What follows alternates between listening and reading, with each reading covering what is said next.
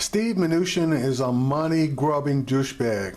I watched the entire hearing, which was basically 5 hours, and made a video on this. I don't know what the heck happened as far as YouTube is concerned, but I'm going to try this again, and I'm going to reduce the amount of footage that I put up on this thing. But here we go. I'm going to play the committee chairman, the ranking member. I'm going to play him, and then I'm going to pick one or two clips from the various senators that asked him questions, to see if I can limit it to that. Here we go. Welcome to everyone to this morning's hearing. We will discuss the nomination of Mr. Stephen Mnuchin to serve as Secretary of Treasury for the incoming Trump administration. And I want to officially welcome Mr. Mnuchin to the Finance Committee. I certainly appreciate your willingness to appear before us here today and to serve in this important position. The position of Treasury Secretary is among the most important in the executive branch. The next Treasury Secretary will be asked a lot of questions that are going to be very, very important here today. We're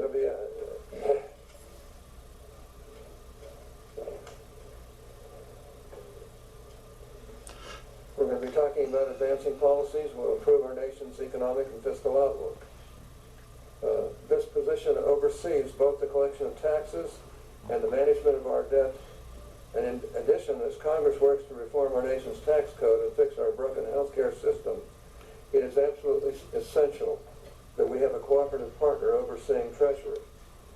That is, quite frankly, something that has been missing for the past 8 years as the Obama Treasury has become increasingly opaque and non-responsive to inquiries and communications from members of Congress. So as we consider Mr. Mnuchin's nomination, ensuring that both Congress and the incoming administration are committed to sharing information and communicating on policy will be among my top priorities. And in that regard, I believe the President-elect has selected a nominee who will provide a clear channel of communication and be willing to work with Congress on these all-important efforts. We discussed coming over here that he's going to need to work very closely with members of this committee, and he's committed to do so. Another priority for me will be the advancement of pro-growth trade policies. While USTR is the principal agency for international trade policy, Treasury plays a key role in several important areas, including the development of international investment agreements and oversight of customs revenue functions. As the new administration comes in, I want to make sure, first and foremost, that our trade policies do no harm. Proposals to, for example, impose unilateral import tariffs as a key tool of international economic policy need to be carefully evaluated to ensure they do not hurt us at home. In addition, I want to make clear that any new trade agreements establish the highest standards for U.S. stakeholders, consistent with the Trade Promotion Authority statute enacted in 2015. Finally, I expect you to engage in much better consultations with the committee regarding U.S. trade policies than we've had under President Obama. I look forward to a productive conversation about these issues today and in the coming months. Objectively speaking, I don't believe anyone can reasonably argue that Mr. Mnuchin is unqualified for this position. So I hope we don't have those type of stupid arguments. He has 3 decades of experience working in the financial sector in a wide variety of capacities. He has been a leader and a manager throughout his career, demonstrating an ability to make tough decisions and to be accountable. And he has a reputation for being a problem solver and an excellent communicator. Indeed, we have heard from numerous organizations and associations in a wide variety of industries, all expressing their admiration of Mr. Mnuchin and their support for his nomination. Put simply, if the confirmation process focused mainly on the question of a nominee's qualifications, there would be little, if any, opposition to Mr. Mnuchin's nomination. Unfortunately, that's not the world we're living in. Today, we are in the midst of an unprecedented effort to stall and prevent confirmation on the cabinet nominations of an incoming president. It is disappointing that we've taken this turn in the Senate where the minority openly and in so many words is committed to obstructing nominees to positions across the board. In many cases, knowing full well that they cannot prevent the outright confirmation of nominees at all. My colleagues sometimes are content to unfairly and in some cases maliciously malign more or less every nominee before they can assume their post. I hope that's not true of our Senate Finance Committee members here today. With regard to Mr. Mnuchin's nomination, we've seen quite a bit of consternation over the process and the timing of hearings.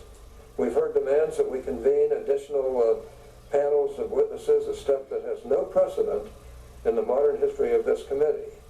There was even a, quote, mock hearing, unquote, on this nomination yesterday, held outside of the committee, focused on issues that are essentially unrelated to Mr. Mnuchin's qualifications. Let me be clear. While my colleagues may believe that nominees in the incoming administration should be treated differently than those of any previous administration on this committee, we have followed the same vetting and hearing process that has been in place for decades and applying to both Republicans and Democrats alike. With regard to the substantive arguments being made in opposition to Mr. Mnuchin, I am hesitant to go into too much detail before giving the nominee a chance to refute any accusations that have been made. That said, I do want to note a few simple facts. First, no one has credibly alleged that any laws, regulations, or industry standards were violated by companies run by Mr. Mnuchin. On the contrary, speaking of the main set of allegations regarding the foreclosure practices of One West Bank, all independent valuations of the company's actions have resulted in high marks. This includes reviews by the FDIC Inspector General and the Department of Treasury. Second, any claims that Mr. Mnuchin's businesses contributed to the housing and foreclosure crisis that precipitated the financial collapse of 2008 are similarly lacking in merit. Mr. Mnuchin had no involvement in the mortgage market in the years leading up to the collapse. In fact, it is my understanding that after purchasing IndyMac and all of its toxic mortgage assets, Mr. Mnuchin's company offered loan modifications to the vast majority of its delinquent borrowers and was one of the very first institutions to make offers to forgive portions of loan principal balances in order to reduce foreclosures. To that point, Mr. Mnuchin is joined by a guest today, Ms. Faith Bautista, President and CEO of the National Asian American Coalition and head of the National Diversity Coalition. In those capacities, she worked with many homeowners to work out loan modifications with One West Bank. She is here today to support Mr. Mnuchin's nomination. Finally, I'll just note that those making claims that Mr. Mnuchin's connection to the mortgage and banking industry is on its own disqualifying are conveniently forgetting that the current Treasury Secretary's tenure at a major Wall Street bank included overseeing business units that were sanctioned by the SEC and others for practices that harmed innocent investors. Yet when his nomination came before the Senate, this connection to Wall Street and the financial crisis was deemed forgivable. Like I said, I'll let Mr. Mnuchin defend himself from the spacious lines of attack which given the lack of credibility in the accusation, should not be too difficult for a man of his talents. For now, I simply hope that we can have a fair and open discussion during the committee hearing this morning and during the course of what will likely be a long hearing. And I hope that going forward, my colleagues will apply the same standards, both in terms of process and policy substance, that have applied to nominees in previous administrations, including theirs. Once again, I want to thank Mr. Mnuchin for being here today. I look forward to hearing his testimony, and I look forward to seeing what my colleagues have in mind with regard to their questions of him. With that, I'll turn to our ranking member, Senator Wyden, for his opening remarks. Thank you. All right, Hatch is a jerk, and he just gave this guy mega cover, and Hatch did actually misrepresent a bunch of the facts. Mnuchin's bank, One West, was sued and fined significant dollars for its practices, which occurred while Mnuchin was running the thing, but he had sold it when the bank came under legal scrutiny. I'm trying to keep this video as short as possible. So I'm only going to put up Hatch, the ranking member, Mnuchin, and maybe one or two at the most questioners. Very much, Mr. Chairman, and welcome to you, Mr. Mnuchin. This is our first hearing of the 115th Congress, so there's a bit of housekeeping. First, congratulations to my friend Senator Hatch on his selection to continue leading the committee on behalf of the majority. I also want to welcome our two new members, Senator McCaskill and Senator Cassidy. We are lucky to have you both. Now to the business at hand. Aside from the President, there may be no individual with a tighter grasp on the levers of our economy than the Secretary of Treasury. That has been true since the days of Alexander Hamilton. When you read about the nominee for Treasury Secretary, given all the power that this position holds, you hope not to see phrases like foreclosure machine, redlining, offshore funds, and predatory lending. I'm sure today's hearing is going to cover a wide range of matters, whether it's Mr. Mnuchin's background and qualifications or the incoming administration's policy agenda. I'm going to begin with a topic that cuts across all of these matters: the truly disgusting inequity and abuse of America's tax laws. The tax code today is a tale of two systems. For wage earners, like cops and nurses, there aren't any special tax dodges. The rules that apply to them are firm and involuntary. Once or twice a month, their taxes come right out of their paychecks. No cutting corners. The rules are different for the powerful and the well-connected. They have armies of lawyers and accountants at their disposal. With the right advice, the most fortunate individuals in our country can decide for themselves how much tax to pay and when to pay it. So let's look at Mr. Mnuchin's history. There is no clearer example than Mr. Mnuchin's hedge fund setting up outposts in Anguilla and the Cayman Islands, an action that can be explained only by the island's 0% tax rate. It certainly wasn't for ease of commute or the infrastructure. In Mr. Mnuchin's case, millions of dollars in profits from Hollywood exports like the movie Avatar were funneled to an offshore web of entities and investors. When Mr. Mnuchin's bank was up for a merger that had the potential to deliver a huge financial gain, a foundation he chaired reportedly used tax-exempt dollars to fund an AstroTurf campaign pushing for the deal's approval. In the public comment period of a potential merger, that is the equivalent of stuffing the ballot box. Mr. Mnuchin operates 7 personal trusts, including one known as a dynasty trust that will shield tens of millions of dollars from taxes. In my view, if you look at our history, our nation wanted to reward merit, not to perpetuate dynasties. Now, as a nominee for a cabinet position, Mr. Mnuchin could be in line for a special elective federal tax deferral on money made by selling stocks and bonds. This is the very definition of getting to pay what you want when you want. common answer when these kind of tax tricks come under a spotlight.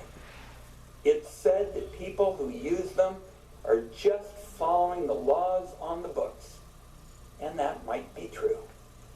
The outrage in tax law is what is legal, and that every member of the Senate has allowed it to stay legal. In my view, this outrage is going to change only when taxpayers are no longer divided into two very different sets of tax rules.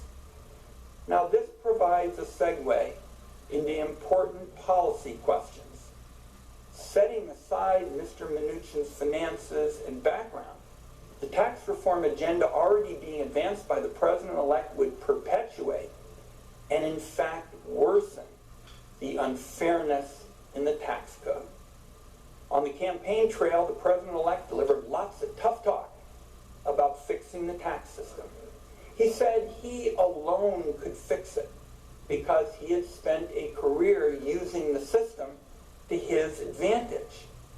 As for the details, the few position papers that were put forward didn't get a whole lot of attention outside the business pages. But after Mr. Mnuchin's nomination was announced, he laid down a clear and specific marker. So I'll quote Mr. Mnuchin directly. Any reductions we have in upper income taxes would be offset by less deductions, so there would be no absolute tax cut for the upper class. Let me repeat that, and for the sake of brevity, I'm going to start calling it the Mnuchin rule. No absolute tax cut for the upper class. So let's take stock of what's already happening on Capitol Hill. The first major act of the unified Republican government, repealing the Affordable Care Act, would immediately violate the pledge of no tax cuts for the wealthy. Bottom line, the ACA repeal scheme that was kicked off last week is a Trojan horse of tax breaks for the most fortunate. It's paid for by taking tax benefits for health insurance away from millions of working people. Then it's back for round two, under an emerging Republican plan to fast-track an even bigger tax break for the wealthy. In my view, this is proof that the campaign promises about fixing the tax system were pretty much a head fake. For example, the President-elect said he closed the carried interest loophole. It's a favorite of investment fund managers, but his plan actually gives them a 25% tax cut. In fact, it slashes tax rates for corporations and the wealthy across the board at a cost of trillions of dollars. So it sounds to me like the Mnuchin rule is already on the ropes. Now, what would the new administration's tax plan do for people of more modest incomes? Millions of working parents, mostly single, would get hit with tax increases because they'd lose head of household status when they file. If you wanted to write a tax plan that would push even more working class folks out of the economic winner's circle, that's how you do it. Now, given how central tax policy is to our jurisdiction, I hope the committee is able to discuss those issues today. But of course, the Treasury Secretary and this committee handle a lot more than taxes. So there are other issues to raise. On a broad level, it's my view that senators need to make a judgment call about what sort of person they want to head the Treasury Department. Mr. Mnuchin's career began in trading financial products that helped to bring on the housing crash and the Great Recession. After nearly 2 decades at Goldman Sachs, he left in 2002 and joined a hedge fund. In 2004, he spun off a hedge fund of his own, Dune Capital. It was only a few lackluster years before Dune began to wind down its investments in 2008. Just a bank called IndyMac and they renamed it One West. Colleagues, One West was truly unique. While Mr. Mnuchin was CEO, the bank proved it could put more vulnerable people on the street faster than just about anybody else around. While Mr. Mnuchin was CEO, a One West vice president admitted in a court proceeding to robo-signing upwards of 750 disclosure documents a week. She spent less than 30 seconds on each, and in fact, she shortened her signature to speed the process along. Investigations found that the bank frequently mishandled documents and skipped over reviewing them. All it took to plunge families into the nightmare of potentially losing their home was 30 seconds of sloppy paperwork and a few haphazard signatures. These tactics were in use between 2009 and 2014, a period during which the bank foreclosed on more than 35,000 homes. Widow foreclosures on reverse mortgages. One West did more of those than anybody else. Now, the bank defends its record on loan modifications, but it was found guilty of an illegal practice known as dual tracking. One bank department tells homeowners to stop making payments so they can pursue modification, while another department presses on and hurdles those folks into foreclosure. One West made only 2 loans to African American borrowers in 2014 and 2015, according to an analysis by the California Reinvestment Coalition. Just a fraction of its branches occupied storefronts in minority communities. None were in predominantly African American communities, but minorities still represented a disproportionately large share of the people that got booted out of their homes. Under Mr. Mnuchin, One West churned out foreclosures like Chinese factories churned out Trump suits and ties.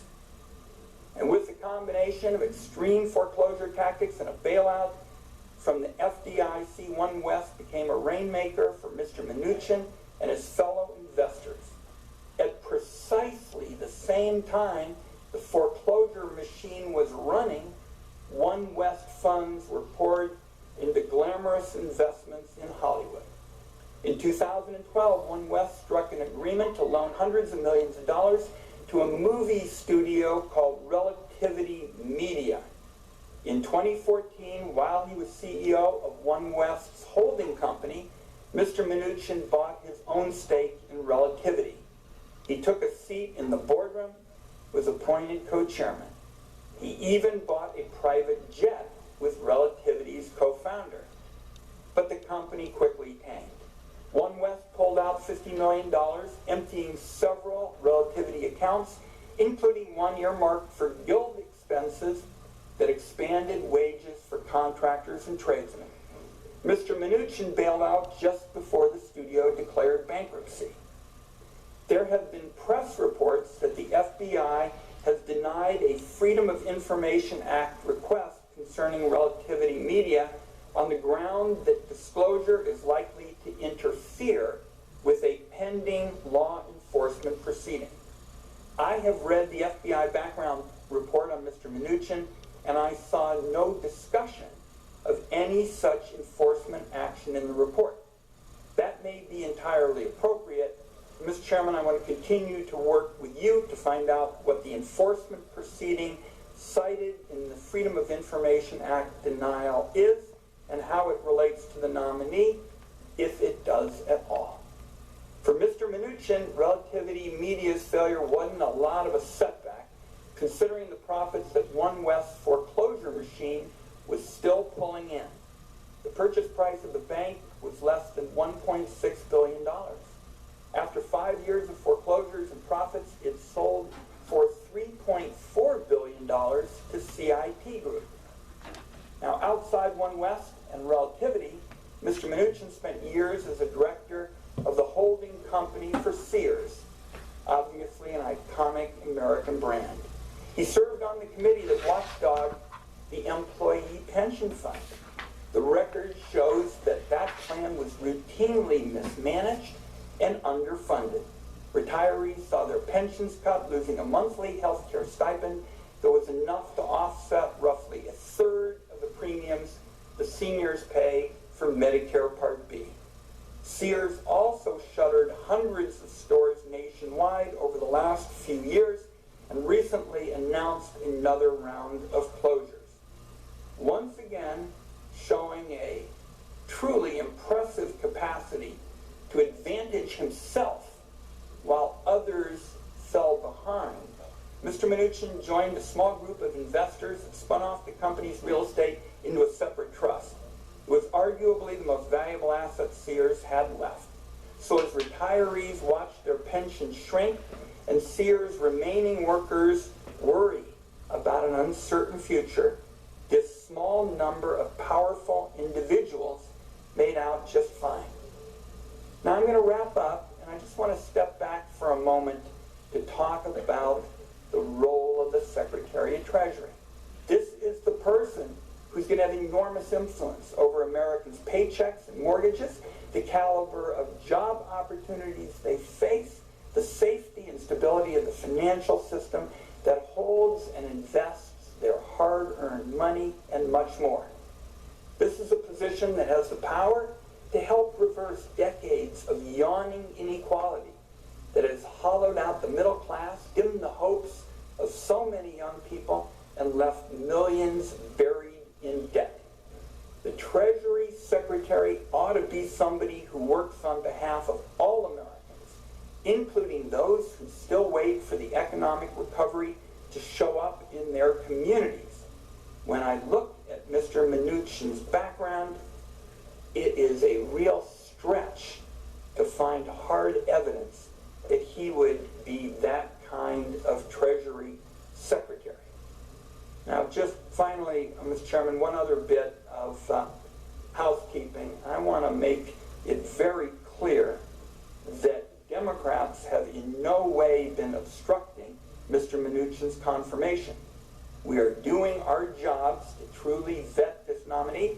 We are, in fact, colleagues, doing it as we've been doing it for almost 20 years on a bipartisan basis. And if you have any questions about the fairness of it, ask Tim Geithner about what it was like in 2009. And I want to point out that at your request, Mr. Chairman, I agreed to shorten the normal one-week notice period to all so that Mr. Mnuchin's hearing could be held today. Ultimately, nominations hearings are about hearing what the nominee is for. So, Mr. Mnuchin, that is what today is all about. We look forward to your testimony. I note also we have a couple members of the House, and we want to welcome them as well. All right, housekeeping matter.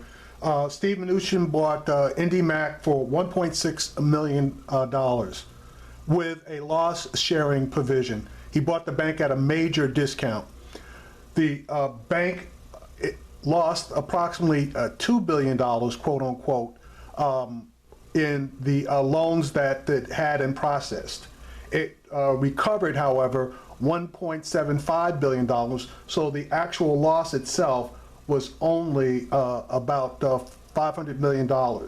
It was in turn sold for $3.4 billion, okay? So net, bottom line, Mr. Mnuchin made approximately $1 billion+ on the purchase and ultimate sale of the bank for his various investors. And again, he made well in excess of one. I believe the number was $1.5 billion after you net everything out. Anything you are aware of in your background that might present a conflict of interest and the duties of the office to which you have been nominated? I have not. I have worked with the ethics office and signed an agreement with them to dispose of all my investments that could create any conflicts. Do you know of any reason, personal or otherwise, that would in any way prevent you from fully and honorably discharging the responsibilities of the office to which you expect to be nominated? I do not. Do you agree without reservation to respond to any reasonable summons to appear and testify before any duly constituted committee of the Congress if you are confirmed? Absolutely, I look forward to it. Finally, do you commit to provide a prompt response in writing to any questions addressed to you by any senator? Well, I provided over 5,000 pages to the staff. I think I have the record of that. So I commit if there's any additional questions, I will respond to them promptly. That was a lie, because one of the senators sent written requests to him 7 individual times, and he did not respond. And as a matter of fact, when the senator questioned him in his office, he basically acknowledged that he had received one, but that he wasn't going to answer it in writing. He was going to wait for the hearing, which would have used up some of that senator's time. All right. I have to go outside here for a minute, so instead of my starting the question period, I'm going to turn to the ranking member, my partner in this matter, and then I'll ask questions when I come back. Thank you very much, Mr. Chairman. Mr. Mnuchin, Medicare financed out taxes, and it would be your responsibility, if confirmed, with the attempt to repeal the Affordable Care Act, Medicare solvency is threatened. What steps are needed, in your view, to strengthen this program that every senior in America relies on? Well, first of all, Senator, thank you very much. And I very much appreciated the opportunity for us to meet yesterday, and especially the opportunity to talk about tax reform with you, which I think is very important. I completely agree with you that Medicare is very important and a very important program, and the safety of that is an important issue. And if confirmed, that is something that I look forward to working with your staff on and make sure that we have the appropriate policies. Now, if you're confirmed, Mr. Mnuchin, you would be the managing trustee for Medicare. Now, wouldn't you like to offer something by way of discussion about what you would be doing if confirmed? This is an important part of the job. Senator, I acknowledge that it's a very important part of the job, and there's many parts of this job that I consider myself an expert on and understand, and there's certain parts of this job that, if confirmed, I will work diligently with this committee and others, and there is obviously a significant staff. This is a very important issue, and as I've said, I'm committed to be very responsible in my position there and make sure that I properly provide the support from the Treasury Department, and I would take my responsibility very seriously. I will just tell you that without any specifics on a matter that is so important that you would have direct responsibility over, I find it very troubling that you won't discuss Medicare. So let's go to terrorism financing. The country's fighting ISIS and other terrorist groups. The Treasury Department plays a key role in fighting this battle. What would be your ideas on additional actions for strengthening how the department fights terror? Well, let me first say, I strongly believe and understand that there are very, very important tools within the Treasury Department that can combat terrorism, and that many of these tools, such as sanctions, are extremely effective and keep our armed services out of harm. So I am fully committed to the maximum amount of law to both enforce the existing sanctions in a very strict way, and I will work with the President-elect as he sees fit on additional sanctions. And there are also other programs within Treasury that I believe are very, very effective in fighting terrorism. It's a very important part of the Treasury, and I know that that has been done very effectively. We all agree it's important. What we're trying to do is assess your qualifications, and you haven't been willing to talk about Medicare, haven't been willing to talk specifics on terror. Let me take one more crack on qualifications at the Committee on Foreign Investment, because this is something else as Treasury Secretary you'd have responsibilities on to protect our country when a foreign investor makes an investment in the United States in a way that has national security implications. If a foreign investor with ties to a foreign government invests in President Trump's business, should the Committee on Foreign Investment automatically and with close scrutiny examine this transaction? Senator, first let me say, yes, I think that would be appropriate, but let me go back to your other question, because I apologize if I didn't answer the specifics on your terrorism and I was sanction. searching for any because- specifics in order to be able to assess your qualifications. Well, Senator, again, I believe there are some very important sanctions as it relates to the sanctions against Iran and other countries. I would absolutely enforce those, and I would encourage the president to use additional sanctions when appropriate. And I also understand that there are certain classified programs that I will be part of as the NSA, and will also use that and work with the National Security Group to the maximum amount is available by law. So, we didn't hear what you do to fight ISIS. We didn't get any specifics on Medicare. So now let's hear about this most current question with respect to the Committee on Foreign Investment. What would you do if you were dealing with President Trump's business? I would deal with President Trump's business no different than I would deal with any business that comes before the committee, and I would take my role as chair of that committee very, very significantly. I think it's a very important issue.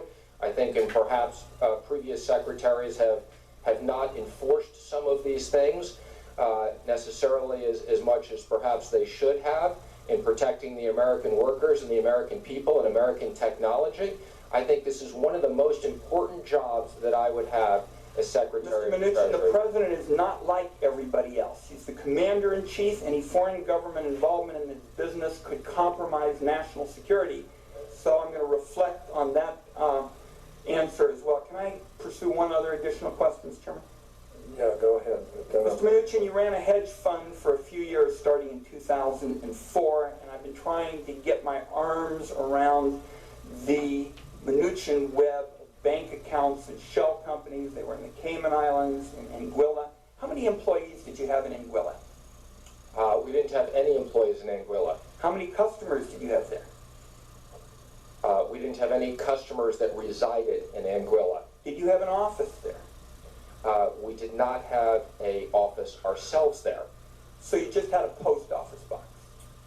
Senator, let me explain It's to you. just a yes or no answer. I'm already over my time. Yes or no? Did you just have a post office? Hopefully the other senators will defer some time so I can answer this for you, because I think it's an important issue. But no, we had. Chairman, I think you should go ahead and answer it you right should get now. a chance to answer the question. Yeah, it's a legitimate question. You can go ahead and answer it. Okay, I, like all other hedge funds and many, many private equity funds, set up offshore entities that are primarily intended to accommodate nonprofits and pensions that want to invest through these offshore entities. As it relates to my own tax situation, these entities were either taxed as U.S. corporations or U.S. partnerships, and in no way did I use them whatsoever to avoid any U.S. taxes. They were merely as an accommodation to pension funds and nonprofit institutions and a small number of foreign investors. And as Treasury Secretary, if I'm confirmed, I would look at these rules and make sure. I think that you did a good job in stopping one of the abuses of offshore deferred fees, but I would diligently look at these things, and I can assure you I paid all my taxes as was required. We'll come back to this question of offshore deals, or commonly called blockers. Again, I'm very troubled about this question of how you're going to unrig the system if you've got a record of taking advantage of tax shelters that, in effect, have a 0% tax rate. Thank you, Mr. Chairman. Let's go back to the Mnuchin rule, if we could, Mr. Mnuchin. Let's say Congress proposed a policy that cut payroll and investment taxes for the top 1 or 2% of Americans while eliminating tax credits for those with low or middle incomes. That sure looks to me like what we agree is going to be called the Mnuchin rule. No tax break, absolute tax break for the wealthy. Do you agree with that? So, again, I think we want to work on bipartisan That's tax very reform. specific, and I'm asking it for a reason. I don't want to have to repeat it. if you have a policy that cuts payroll and investment for the violate the Mnuchin rule? Again, I think we need to look at the overall tax plan, okay? And as I said, the primary objective is to deliver a middle income tax cut and tax simplification on the high end. Well, you That's our are objective. already fudging on this commitment that you made to the American people, that you wouldn't give an absolute tax break to well-to-do people. And the reason I'm asking this is because this is exactly what ACA repeal was all about in the last Congress. And every single Republican up here voted for it. So I hope you'll think this over, but this is exactly what troubles me. We've got two tax systems in America. You were nudging our way, saying maybe you wouldn't give a break to the well-to-do. I'm asking you about a specific situation. You said, gee, I don't know, we'll have to go and see. Now, let me turn to a second area that working class people care a lot about, and involves their purchasing power.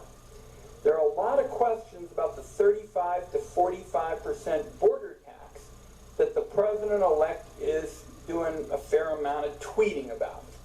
Could you tell the American people what products would be subject to this tax? And I'm not interested now in all the complicated theories about the dollar. I think it's a question worth talking about and the like. But Americans want to know what products would be subject to it. Working class people want to know, is gas going to be part of this? I mean, give me your response to this. Are there any products that are going to be exempt? Well, first of all, thank you, and I think that's an important issue. And I think that this week the president-elect came out and suggested that he had concerns about the House GOP border-adjusted tax.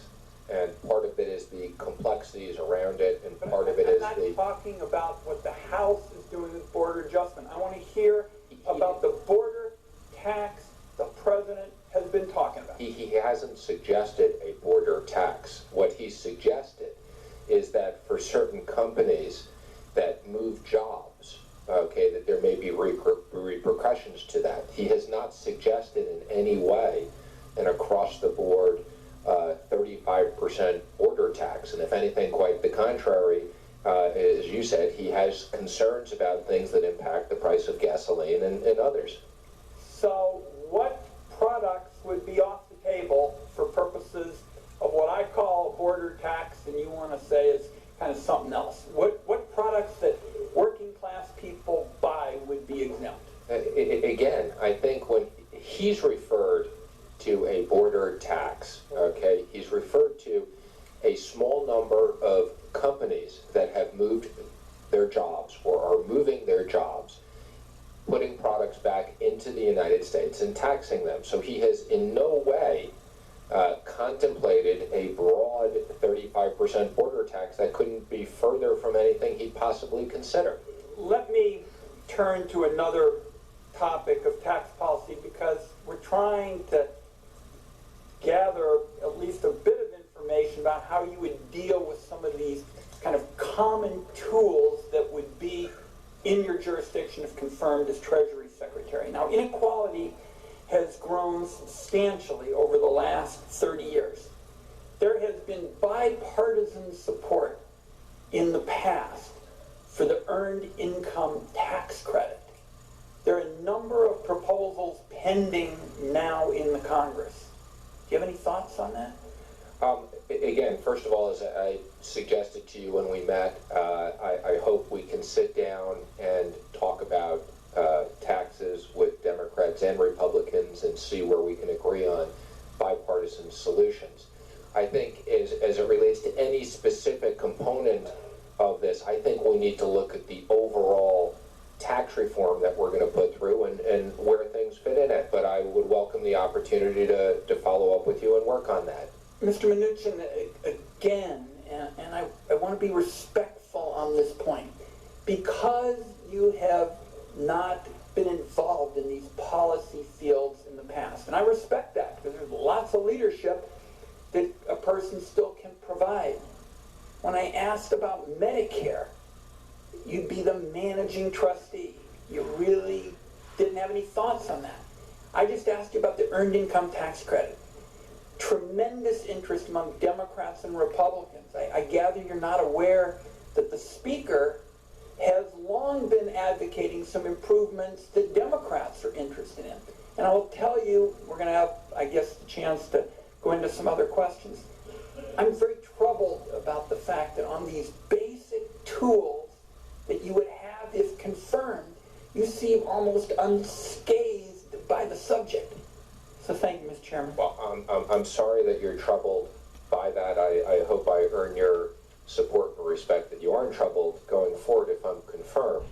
It's not that, again, on the earned income tax credit, I don't want to comment on specific legislation on tax.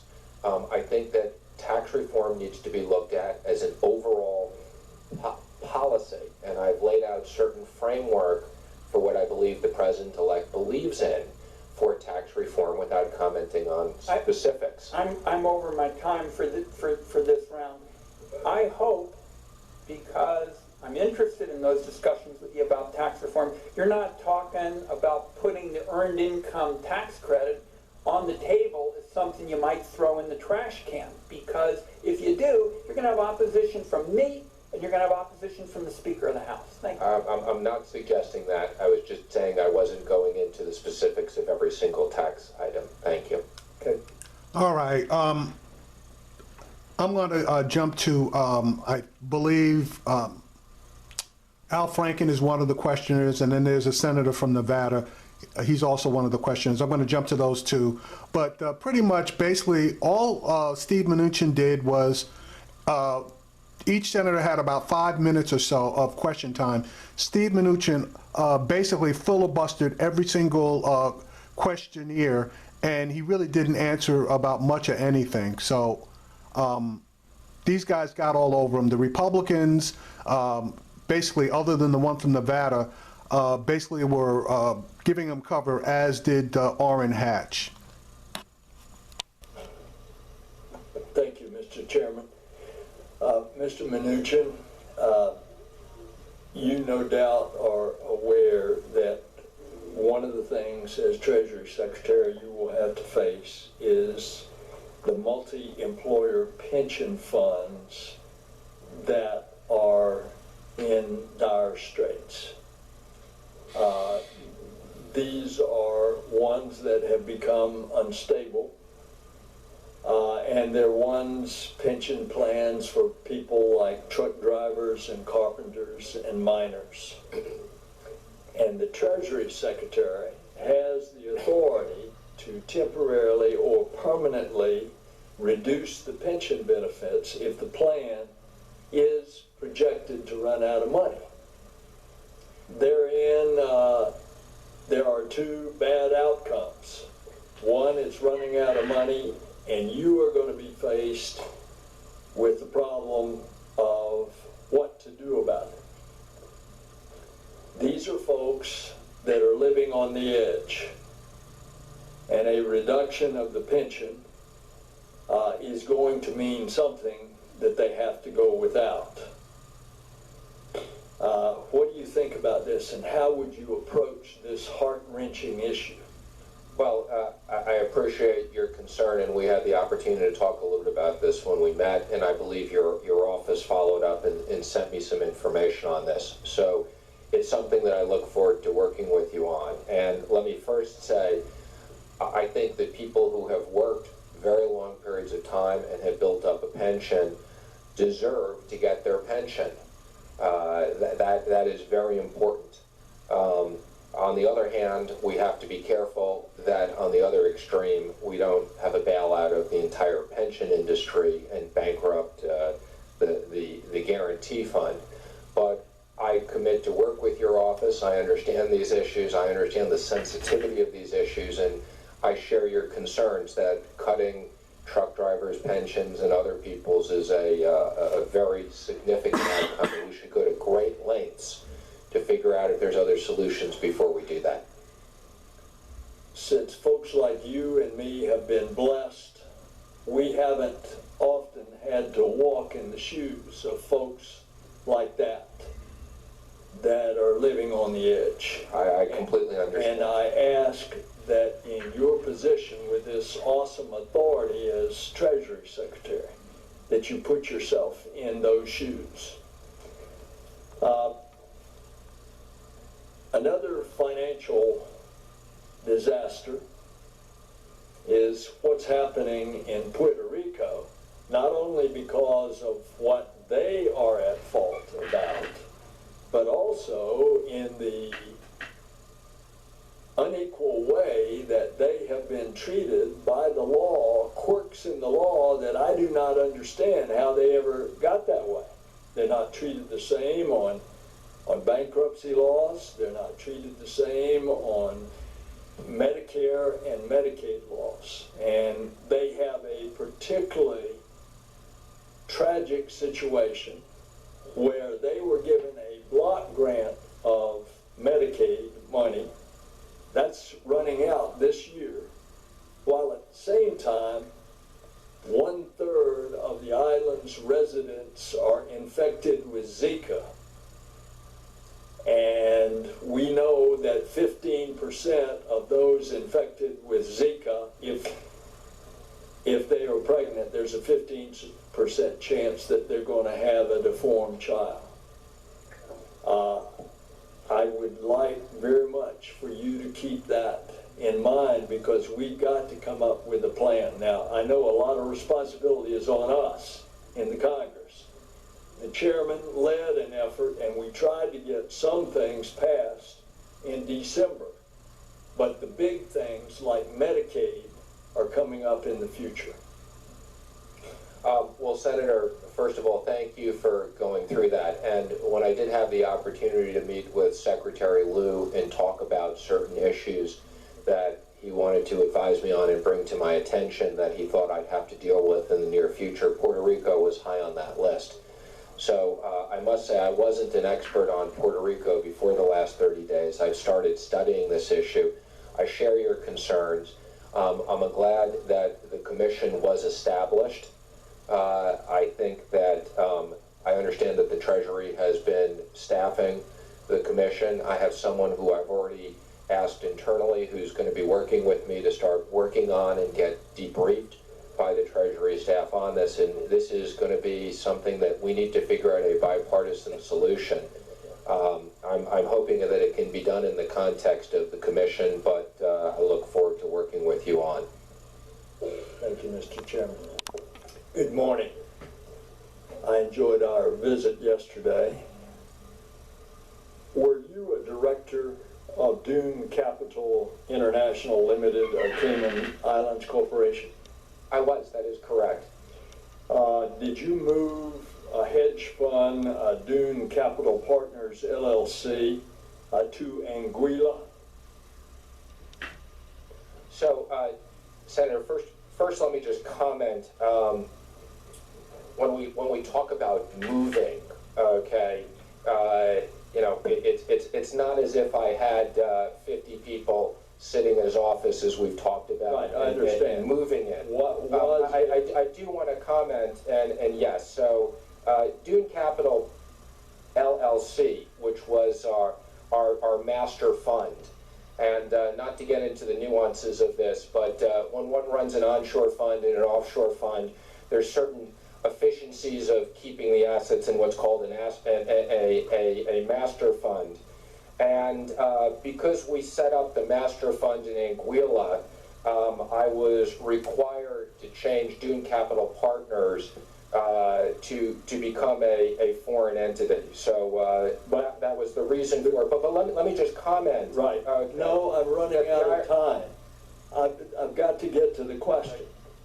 Sorry. The question is, both of those were for a tax consequence located in the Caymans as well as Anguilla. And so the question is, you said you support tax reform.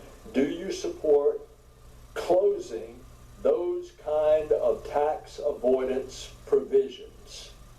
The Anguilla and the Cayman Islands type tax avoidance in the tax code. So let me just comment that when I did move it, I had to applied to the IRS, and the IRS approved it as a foreign eligible entity to be taxed as a U.S. partnership. So from my standpoint, it made no difference to me whether it was located in Delaware. That's not my question. I'm giving you a slightly longer answer. I apologize. It's a complicated issue. Can you just answer the question? The short answer is yes, as I said before. I think that I would work with the IRS and with Congress, okay, as I've said. It makes no sense, okay, that we have all these requirements to set up these offshore entities, which again, didn't benefit me, but did benefit certain nonprofits and pensions. And we should address the issues for nonprofits and pensions and understand why they need to invest through these offshore funds. Now, I wouldn't want to do anything that's detrimental to the pension holders or these nonprofits, but I would commit to work with your office, Senator, and make sure that we fix the system. All right. We talked about IndyBank yesterday and becoming One West. And you said you bought, when you acquired IndyBank, the portfolio of reverse mortgages. And to your credit, you said that once it became One West, that you did not sell any more reverse mortgages. And yet, you as the CEO, I want you to comment on the fact that of the reverse mortgages that you acquired from IndyBank, some of the folks were not treated very well. I mentioned to you yesterday, a 90-year-old Lakeland woman was foreclosed on because of a 27-cent payment error. I did not mention two others. Foreclosing on an 80-year-old Orange Park, Florida woman that your bank claimed didn't live in the home, when in fact she did, and she happened to have the foreclosure papers served on her in the home that the bank said she didn't live in. Another example, a married couple in their 50s trying to make the best of everything. They asked for a loan modification of West Bank, and then, which they were eligible for, and instead they were foreclosed on. Explain to the committee, if you would, and I think you're an earnest, well-intentioned person, but you're sitting there as a CEO and this stuff is happening that is very unfair to little people. Why? First of all, Senator, again, thank you for taking the opportunity to meet with me. I appreciated that and the time to speak about these important issues. Let me first say, to the extent that we made any errors or we ever foreclosed on anybody, I completely understand that the hardship that created. As I mentioned, we did go through an independent foreclosure review, and unfortunately there were some issues, very, very low rates relative to everybody else, but there were some issues, and we paid money to those people to make them whole, and I earnestly feel terrible for any mistakes at the bank. Let me comment on also that once a week I chaired an internal committee that dealt with customer complaints. So any complaint that went to our regulators, that went to a senator, went to a member of the House, or went to what we call came through those, we had a special group of people that reviewed every single one of those complaints, responded to all of your offices, and responded directly to the borrower. We also routinely had the OCC come in and monitor and test us and go through all those complaints. It was a very, very big concern because, as you can imagine, from both the FDIC and the OCC, when we took over IndyMac, the amount of complaints spiked dramatically. As I shared with you, the reverse mortgage business was not something we wanted to buy, that we agreed to buy that as part of an overall solution, that what we were really trying to do is create a regional bank, and that business really had no part of it. There were about $1.5 billion reverse mortgages that the bank owned. There were over 20 billion of reverse mortgages that we didn't own, that we serviced for third parties. Mortgages, as I pointed out, I think there's some very significant issues with the HUD program. One, as I've mentioned, is a problem with taxes and insurance, that if there's a shortage on taxes and insurance because somebody outlives their expectancy, that HUD forced us to foreclose. There's another problem called the non-borrower spouse, where if the spouse wasn't on the mortgage at the time, that you'd have to foreclose on the spouse. We discussed these issues with HUD. If I'm confirmed, I would look forward to discussing these with Dr. Carson and hope that HUD would seriously consider looking at these things. Although it's not under my responsibilities, I would share my concerns. These are government guaranteed programs where we are foreclosing on senior citizens. And I can assure you, nothing was more painstaking to me in the whole place, okay? And I will tell you, I can't talk about specific loans because of privacy, but there are certain things that were in the press. And the most troubling loan we had was actually to the Octomom, okay? And we worked very, very hard. That was a terrible situation, and we worked very, very hard to move her to another home that they could afford. But I can assure you that as chairman of the bank, I took these issues very seriously. It's not to say that we didn't have certain mistakes. There were mistakes. We regret those mistakes.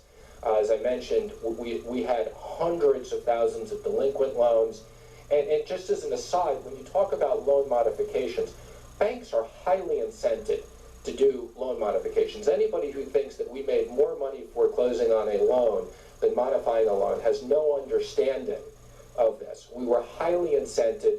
Foreclosing on people is a very, very terrible thing to do, but it's also very costly to the bank. So we believed in loan modifications, and we were financially incented to offer them when we could. So thank you, Senator. Thank you. Senator Mnuchin. It couldn't have been that costly if, after all the losses, that they ended up making like $1.5 billion after they sold the bank, so. Thank you, Mr. Chairman, and Mr. Mnuchin, to you and your family. Welcome to the hearing today. Since the beginning of the Great Recession, no state was hurt harder than the state of Nevada. You're probably well aware of that. We led the country in bankruptcies, foreclosures, and unemployment. So you can imagine that we're a little sensitive as to who becomes the next Treasury Secretary, having gone through that over the last 8 or 9 years. You came into my office in January, on January 4th, and we had a good discussion, and I appreciate the visit. I asked you some questions, and I'd like to ask you the same questions today. Absolutely. And the question was, how many Nevada homes were in One West's bank's portfolio? Yeah, unfortunately, and I'll go back and request that information from the bank. I no longer have that information, but I will work with the bank to try to get that for you. How many Nevadans did One West Bank foreclose on while you own the bank? Again, I have the information that's in public reports, but I'm absolutely committed to go back and get that information for you from the bank. So I apologize, I don't have that with me today. And I do appreciate how hard your state was hit in the foreclosure crisis. Do you know how many Nevadans One West Bank provided assistance to through loan modifications? Again, I'll go back and try to get all that information. Here's the reason why I ask you these 3 questions over again, is that this is the 7th time I've asked. So I asked you when you were in my office, and I had my staff follow up on it 3 times by text and twice by phone, and we still can't get the answers to these questions.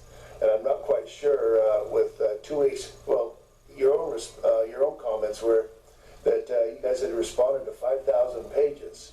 5,000 pages of question asked. Why were these 3 questions not asked if you had 5,000 pages of questions that you answered?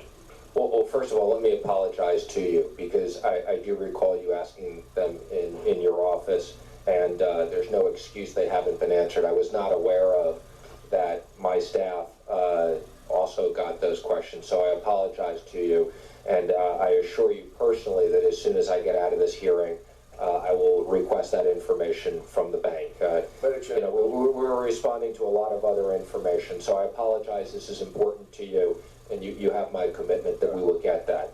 In 2008, when One West purchased Indy West, can you tell me what motivated that transaction? Was it a way to save the bank? Was it a way to make money, or was it a way to keep people in their homes, or was there some other reason? I think it was all three of the above. So, you know, I saw the opportunity that I thought that there was going to be a banking crisis, and I saw the opportunity that we thought we could turn around the regional bank and turn it from what was a lousy mortgage bank into an attractive regional bank. And that there was the opportunity both to have an attractive investment. Obviously, I had to convince my investors that they would make money, but I saw it as also a great goal of building a business. Now, I just made comment, and yes, my investors made a lot of money on One West, but I just comment, if we had just invested in JP Morgan and Bank of America and a handful of other stocks, we would have made a lot more money, and I wouldn't have to have worked nearly as hard. So a big part of the financial return ultimately was we invested in the market at a very, very depressed period of time. Were you motivated, or let me ask you this way, was it an objective of One West Bank to foreclose on Nevadans in order to receive compensation from the FDIC in their shared loss agreement? No, quite the contrary. So again, when we bought IndyMac from the FDIC, it was inherent in these agreements. We committed to do loan modifications. So when we bought the bank, that was the agreement. Again, as I've said before, we were proud of loan modifications started there, and we actually had a bunch of incentives, whether it was HAMP incentives or other things in the loss share agreement, where it was actually much better for us to do loan modifications. So as I've said before, I can assure you that what prevented us from doing more loan modifications was either the net present value test or was what was the qualification. So we were required to get updated income, and people had to have had to be able to effectively re-qualify for the loan. So as I've said before, not only from a social basis did I want to keep people in their homes, but we were economically motivated to do that. How much did the FDIC pay One West for the losses? What do you mean by how much did they pay us for the losses? What was the compensation from the FDIC for foreclosing on homes? Shared loss agreement. So what we did, the way the shared loss agreement, and again, I would comment, you know, I think there's been like 400 shared loss agreements. I think according to the FDIC's public data, they believe that they saved $40 billion by using the shared. The answer is $1.2 billion. $1.2 billion. No, but that's after we absorbed $2 billion of losses. So I just. So you're not saying that that's not a motivation to foreclose on a home, is $1.2 billion. No, it's not a motivation, because there were restructuring fees that were put through when we did loan modifications, and we wanted good loans. We were not, again, let me just be clear, we wanted good loans. Having good loans that performed under the loss share agreement was absolutely critical. One more question. Did One West Bank specifically target minority communities in Nevada for foreclosures? Absolutely not. Mr. Chairman, Yeah, that's bullshit, because I'm not going to say it was the majority of African Americans, but it was a ton. So he can say he didn't target them all he wants. Now, if you lump in African Americans and Hispanics, which was a very large number, you don't have to say targeting if that's the majority of your clientele. All right, let me jump to the last clip I want to play. Hang on. And I look forward to a second round. Senator Menendez. Thank you, Mr. Chairman. Ms. Mnuchin, congratulations on your nomination. I had a different line of questioning, but I have to be honest with you, the information that came to us this morning makes me concerned. You've addressed some of it, but not all of it. On December 19th of last year, you signed a notarized affidavit on your questionnaire to the Finance Committee, certifying that it was true, accurate, and complete. Question 11 of this questionnaire asks nominees to, quote, list all positions held as an officer, director, trustee, partner, proprietor, agent, representative, consultant of any corporation, company, firm, partnership, other business enterprise, or educational or other institution. That seems to be pretty pervasive. So it's almost like an open book test. And yet, you did not answer in that questionnaire listing your position as director of a Cayman Islands corporation, as manager, chairman, and director of 8 additional shell corporations and holding companies, and nearly $100 million in real estate. And that questionnaire was corrected only after the committee staff, having done their due diligence, brought the missing information to your attention. Now, after that, you admitted to being the director of the offshore entity Doom Capital International Limited, a Cayman Island corporation. You admitted to moving your hedge fund, Doom Capital Partners LLC, offshore to Anguilla in 2005, even though all the business was conducted in New York City. So, you know, I have a ton of other questions on policy, but first and foremost is truth and veracity. What Americans need in their Treasury Secretary. To know they're going to be asked to do difficult things or challenging things, that they understand that there's a system. In essence, isn't it true that what you did here is take these companies, put them offshore, so you could help your clients who you were making money from avoid U.S. taxation? No, that's not true at all. Then why would you? That's not true, Senator. You just described that the purposes of creating these offshore entities were to help pensions and other entities. And the only reason to go offshore, as Senator Grassley said when he was I think the chairman of the committee, is the difference between investing in the United States or the Cayman Islands is the possibility of avoiding U.S. taxes. Your clients, you've made it very clear that you paid your taxes. Okay, I'll accept your word on that. But the people who, or the entities that you were helping and that you were making money from, you were helping them avoid U.S. taxes. Otherwise, they could have invested here. Senator, let me first answer the first part of your question, which I will tell you, and I've said this before and I will repeat it again. I assure you that these forms are very complicated. I don't have the form in front of me, but I believed it said, to the best of my knowledge, this is true. And when I certified those forms, I thought it was correct. Perhaps it was a mistake in giving the committee information early, and I should have waited until I had finished the 278 and the ethics office. It was not just a function of your office. We were in the process of correcting But things. it doesn't take a rocket scientist to understand the word list all positions. All positions. Senator, in all due respect, I had a lot of complicated entities. You're referring to I didn't list the director. I listed the entity. So the fact that I didn't list I was a director was not intended to hide anything. And as I've mentioned, in regards to my $100 million of real estate, my lawyer, who's quite sophisticated in this stuff, and actually has done this for many, many nominees before, believed that we filled out the form correctly, and that... Let's get to the heart of my question. The heart of my question is, didn't you create these offshore entities that most Americans can create or take advantage of in order to help your clients who you were making money from avoid U.S. taxes? No, not necessarily, okay? So, first of all, I want to say, it's important that the committee, the American public understand, what were you doing it for then?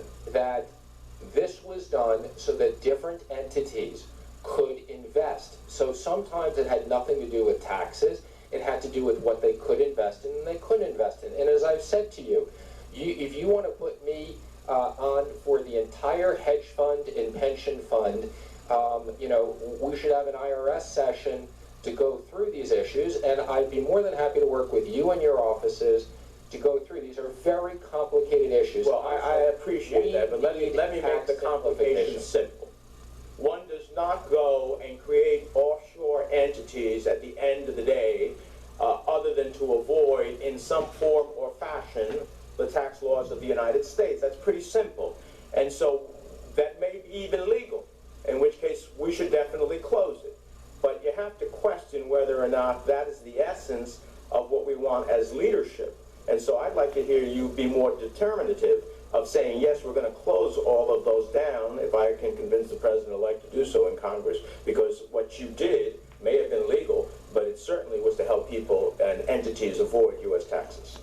Well, first of all, I'm absolutely committed to work with you in your office, as I've said, on tax simplification and to cut down and make sure that we don't let anybody avoid taxes. In certain cases, this was not a function of avoiding taxes, it was to create eligible investments for certain nonprofits. But I agree with you completely. I'm on board with what you said. I'd be happy to work with your office to simplify the tax code. Whose investments were ultimately eligible, therefore, to avoid some taxes.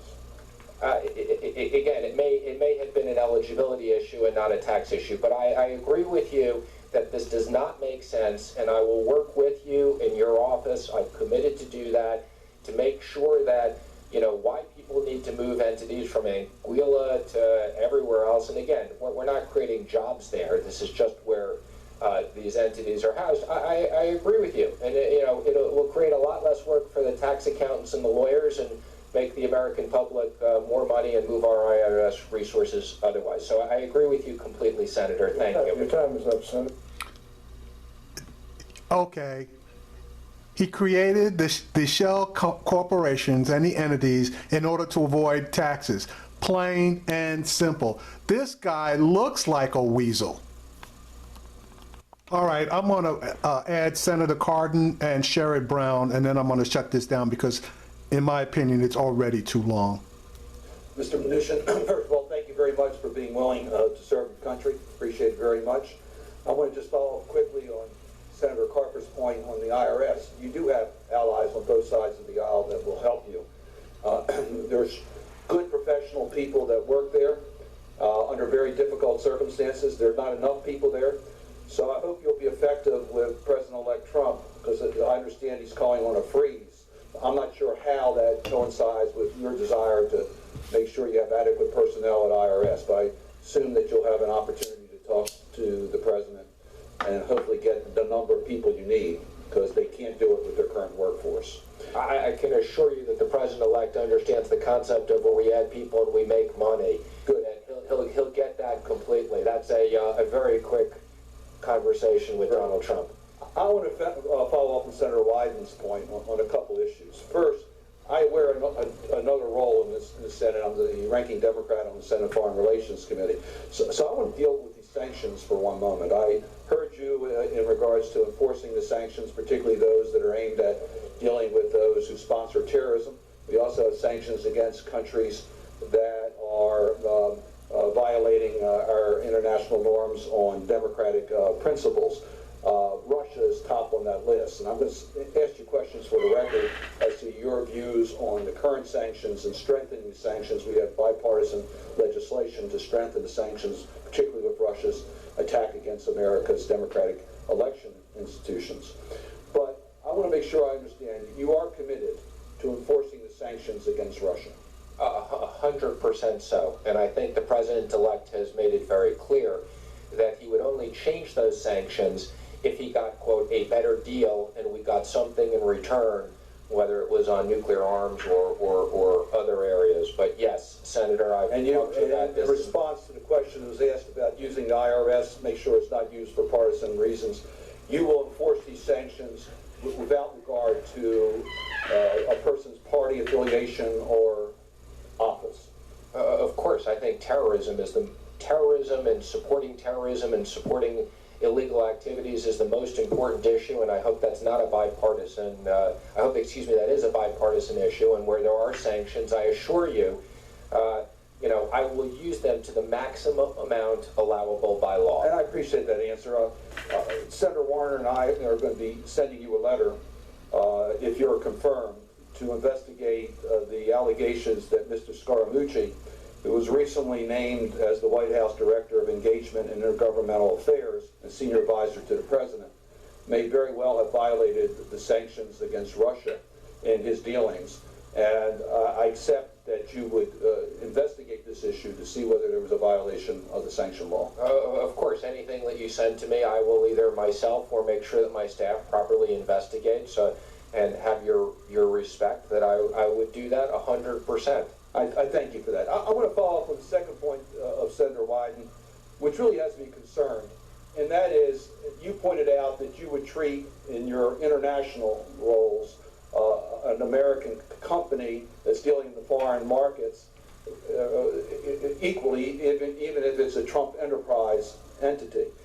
You're taking an oath to defend the Constitution of the United States. In the Constitution of the United States, there's the emoluments clause, and you have to make sure that if you're dealing with a Trump entity, that it's not getting a favor in exchange for trying to influence. There's no special breaks being given to a Trump enterprise if you don't have full access to that type of information.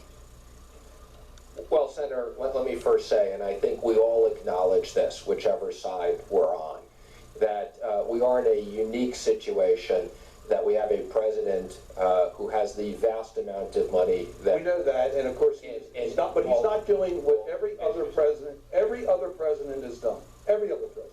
Set up a blind trust or divest. What you're doing, if you're confirmed, divesting. That's what is required. He's not doing that. So my question to you, how do you, if confirmed, deal with compliance to the Constitution to make sure that a Trump enterprise is not getting a special treatment which would violate our Constitution? Well, Senator, let me first say, and I think this is a very important issue for the American public, so I can understand why you're asking it. But let me first say, I know that the President-elect is absolutely following the law and is committed to following the law and has set out a series of, although it's not a blind trust, he has removed himself from his business. He has put his sons in charge of his business. He's committed that there is no communication. Excuse me one second. He's going to hire an ethics officer, and I can assure you that in my job of Treasury Secretary, whatever responsibilities I have to monitor these issues, which are very important, I can assure you that I will do. But what you didn't answer is, and we'll follow up some questions, how do you determine, make sure there isn't a break given to a Trump enterprise which would violate our Constitution? I understand it's comply with the law, but the Constitution is the supreme law of the land. Well, as you know, I've employed lots of lawyers, but I'm not a lawyer. But the good news is we have a big group of lawyers in the Treasury Department and a big ethics group, and I can assure you that we will make sure that we absolutely follow the law and the Constitution, and I have every reason to believe that the President-elect absolutely wants to adhere to it and will do so. Senator Brown. Thank you, Mr. Chairman, and Mr. Mnuchin, thank you, and thank you for the conversation in my office about Thank you for meeting with me. Appreciate taxes it. in China and banking issues. And start with this. Let's clear up one thing. Banks are not, your words, highly incented to do modifications for their borrowers. That's why we had a systemic breakdown. It's why so many families lost their homes and banks were forced to pay billions of dollars in fines and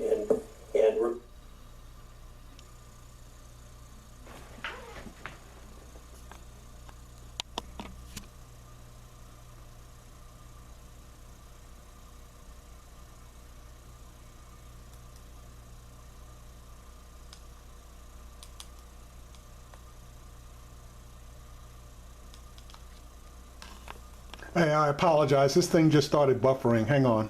and remediation. So put that aside. I want to talk about your situation. I understand your defensiveness both in individual meetings, mine and others, and in this committee about what happened at One West, but let me lay this out. In 2006, businessman Donald Trump responded to a question about the possibility of a real estate crash by saying, quote, I sort of hope that happens because then people like me would go in and buy, unquote. Now, you didn't just buy properties. You bought the bank. You bought the ability to help families stay in their homes. That's not what you did. So my questions are these. You've been saying that One West is a success. Look at the record. I really want yes or no answers because I have a lot of questions, and what I will say is factual in my view. I'd like you to confirm with yes or no. Is it true that community groups say that One West, specifically the California Reinvestment Coalition, is it true that community groups say that One West foreclosed on 60,000 families nationwide and denied 3/4 of mortgage modification applications? I am not aware of that. I know they've objected. Well, they did. Okay, is it Oh, true? well, if you know they did, then why? Well, because I want to hear it from you. If you don't know it, Well, that's I all don't we have it can in do. front of me. I'm going to keep interrupting because we don't have a lot of time. I apologize if you see that as rude, but this is I don't this see is it the as rude. people's That's business. okay. Thank Is you. it true that One West regulators, that's the OCC, said that you had deficient mortgage practices, foreclosed on 10,000 plus borrowers without proper procedure, and at least 23 who were current on their mortgages? So what I would say is we followed the same procedure Yes or no? that Did the OCC say that? the FDIC followed. We inherited the Yes, the FDIC OCC has said that. procedures. Let him answer the question. Is it true that One West independent audit firm said that it violated the Service Member Civil Relief Act by initiating foreclosures on 54 active duty military families? That's what the independent audit firm said, yes or no? Well, you have the document in front of you. I don't. Okay. Well, they So, and let me just say, I'm pretty surprised, Ms. Mnuchin, I'm sorry, I'm pretty surprised you don't know these things because you've been rather defensive, for probably good reason, about what happened at One West. Is it true that the California Attorney I do General... want to just comment for the record.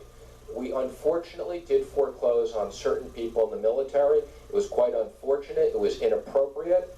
We responded to those people and made them whole. As I said, every single person had the opportunity to have their mortgage reviewed, and we corrected any errors. Well, our errors were less than perhaps. anybody else. Okay, I'm So gonna cut it's you not off. that I'm I being apologize. defensive. I'm proud of our Well, results. I wouldn't be proud of all these findings, but is it true that the California Attorney General's office said that One West backdated 96% of the documents they examined, and then you aggressively obstructed their investigation? That's what the Attorney General's office said. Did they say that? So first, let me comment that I saw the leaked memo as you did. I think it's highly inappropriate that somebody at the Attorney General's office would... So is there no truth in that about backdating 96%? Again, what I would say is the primary regulator was the OCC. They were the ones who had the obligation to regulate And us. OCC said those And things that you I couldn't, think, Mr. again- Mnuchin, I'm sorry. The OCC said these same, they said you had these deficient mortgage practices, but you couldn't remember when I asked you about OCC. No, Now you're that's- citing OCC in response to California Attorney General. Is it true that one of the employees who was in charge of the modification, one of One West's employees, has accused One West of not having any process in place to help its 3,000 FHA and VA mortgage borrowers avoid foreclosure, and that this same employee who was in charge of modifications has accused One West of not having a process in place to help those VA mortgage borrowers avoid foreclosures and submitting false claims? It seems to me, in all due respect, you just want to shoot questions at me and not let let me explain what are complicated. Well, I'll let you explain after I go through the questions, because I know one answer will take my whole time, so I'll let you explain when I'm done. Well, But then let's, Mr. Mnuchin, I'm let's sorry, people Mr. at Chairman. least understand these are complicated They questions. are complicated. Let me at least explain them. Otherwise, there's no point in shooting them all at me, and I don't have the ability to respond.